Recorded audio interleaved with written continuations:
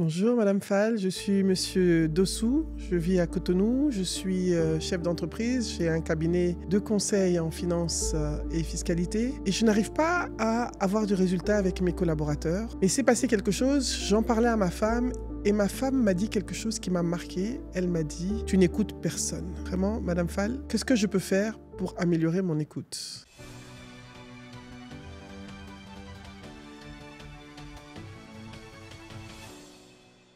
Bonjour, je suis Nabou Fall. Abonnez-vous.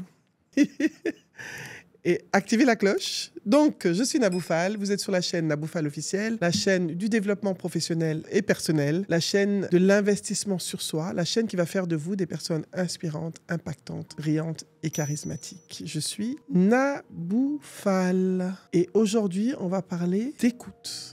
Oui, parce que quand on parle de communication, la clé d'une communication réussie, en fait, c'est l'écoute. Dans une dernière vidéo, je vous demandais ce que c'était que la communication. Je dis l'écoute est importante.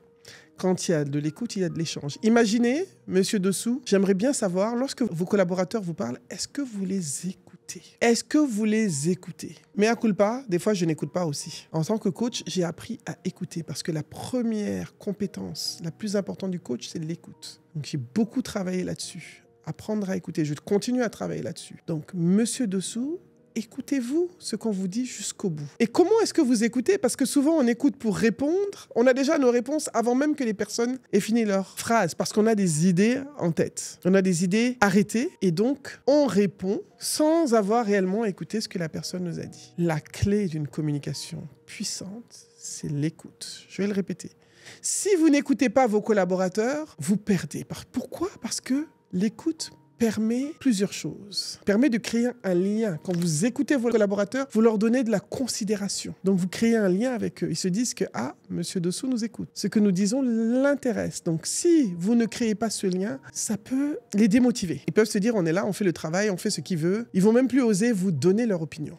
Donc, la première chose, ça crée un lien. Deuxième chose, ça développe de l'empathie. Parce que l'écoute vous permet de mieux comprendre ces personnes, de mieux comprendre leurs émotions. Vous apprenez à savoir avec qui vous travaillez. Qu'est-ce qu'ils vivent au quotidien ? Vous ne savez pas. Ces personnes sont des gens qui travaillent peut-être pour vous, mais ce sont des humains qui ont des réalités de la vie dans leur quotidien. Donc, vous devez être à l'écoute afin de comprendre et d'observer. Troisième chose, l'écoute permet la compréhension. Si vous n'écoutez pas, comment pouvez-vous comprendre les personnes qui travaillent avec vous ? Ce sera difficile pour eux de faire ce que vous dites ou d'accomplir les choses si vous ne les comprenez pas. Oui, vous devez les comprendre. Vous ne savez pas avec qui vous travaillez parce que vous ne les écoutez pas. Donc peut-être que vous ne donnez pas les bonnes tâches aux bonnes personnes. Vous êtes d'accord avec moi ? Vous voyez, il a fallu une femme pour vous dire ça. Chérie, tu n'écoutes pas. C'est votre femme qui vous a dit ça. Madame Dossou, merci. Écoutez vos femmes, messieurs. Entre parenthèses, bref, je reviens au sujet. Quatrième chose, l'écoute facilite l'engagement. Vous allez avoir des personnes plus engagées parce que vous les écoutez, ils vont avoir envie de vous donner plus d'idées, de s'exprimer. Ils seront plus motivés à faire ce que vous leur dites. Voilà ce que facilite et favorise l'écoute. Ensuite, il y a différents niveaux d'écoute. Vous allez comprendre ces différents niveaux d'écoute et vous allez voir, chacun de vous, à tous ceux qui suivent, merci à Monsieur Dossou d'avoir soulevé cette question. Le premier niveau d'écoute, c'est le niveau d'écoute passive. L'écoute où, j'écoute, mais je n'écoute pas en réalité. Je suis là, mais je ne suis pas là. C'est une écoute où la personne parle et vous avez déjà même une réponse. Il y a l'écoute sélective. L'écoute où j'écoute, mais je n'entends que ce qui m'intéresse. Je le fais, tu le fais, nous le faisons tous. Il y a l'écoute active, ce qui est une écoute où on écoute, on reformule, on pose des questions, on est attentif. Et il y a enfin le quatrième niveau d'écoute, l'écoute empathique, qui est une écoute où on va au-delà des mots, on sent les émotions, on essaie de percevoir le deuxième degré de ce que la personne ressent lorsqu'elle s'exprime. L'écoute idéale que vous devez essayer d'activer, de développer, Monsieur Dossou, c'est l'écoute active et empathique. Comment est-ce que vous pouvez développer cette écoute active et empathique ? Posez des questions ouvertes. Une question ouverte, c'est « Peux-tu m'en dire plus ?» Ouvrez le débat.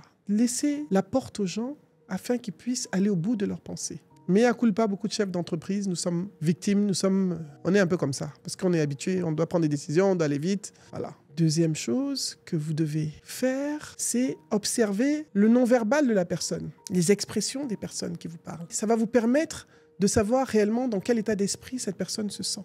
L'observation du non-verbal est importante et du paraverbal. Une personne qui sourit souvent vient vous dire quelque chose d'une certaine façon, que ça vous permet d'avoir plus d'informations. Vous êtes d'accord avec moi ? Regardez la posture aussi que la personne a. Reformuler. Ayez le courage de reformuler. Pour développer une écoute active empathique, il faut apprendre à reformuler. Poser des questions, mais reformuler aussi. Ah, tu veux donc dire que... Est-ce que c'est bien ce que tu veux dire? J'ai bien compris. Pour montrer de l'intérêt. La reformulation est un outil puissant en écoute active. D'accord? Le regard. Regardez la personne. Écoute active empathique. Soyez à l'écoute d'autre chose que les mots. Les mots, oui, mais les émotions de la personne. Développez votre empathie, soyez plus empathique. Dites-vous, OK, son point de vue est le point de vue du responsable commercial. Vous êtes le directeur général. Le responsable commercial, il est sur le terrain. Donc, ayez plus d'empathie vis-à-vis de sa fonction. Comprenez ses tâches par rapport à ses tâches au quotidien. Dites pas, non, il doit ramener du chiffre. Non, il doit réussir. C'est le commercial, je m'en fiche.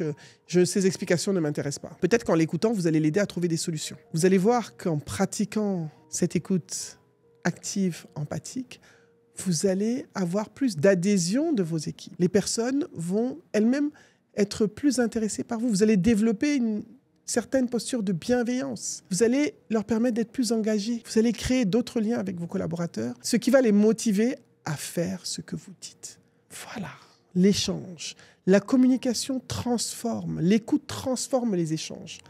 Et l'écoute fait des échanges une vraie plateforme d'avancement de l'entreprise et des actions. Voilà, Monsieur Dessous. Merci, Madame Dessous. Monsieur Dessous, merci pour votre humilité et vraiment d'avoir posé cette question. Je pense qu'elle bénéficiera à plusieurs personnes. Je vous remercie. Et pour ceux qui viennent d'arriver, je suis Nabou Fall. Abonnez-vous. Abonnez-vous avant que je vous dise où vous êtes. Activez aussi la cloche.